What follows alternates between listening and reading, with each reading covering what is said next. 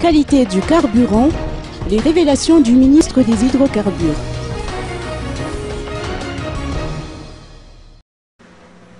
Suite à la nouvelle hausse de tarifs appliquée par la compagnie pétrolière Jovena, une rencontre a été organisée entre les membres du gouvernement et les représentants des 4 sociétés pétrolières Jovena, Galana, Total et Shell.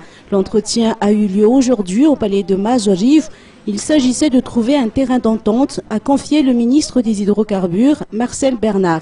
Le gouvernement estime en effet qu'une révision des prix avant la fin de l'année n'a aucune raison d'être, bien que le prix du baril de pétrole ne cesse de monter en flèche pour atteindre les 105 à 112 $ sur le marché international. Face à ce dilemme, l'État malgache continue à subventionner le carburant afin de maintenir les tarifs habituels.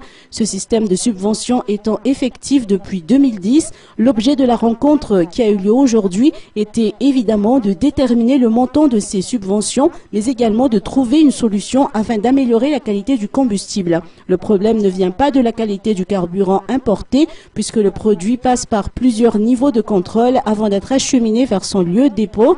Le ministre estime ainsi qu'il y a un certain relâchement, un certain laxisme dès la sortie des camions-citernes de la logistique pétrolière jusqu'à la phase d'acheminement.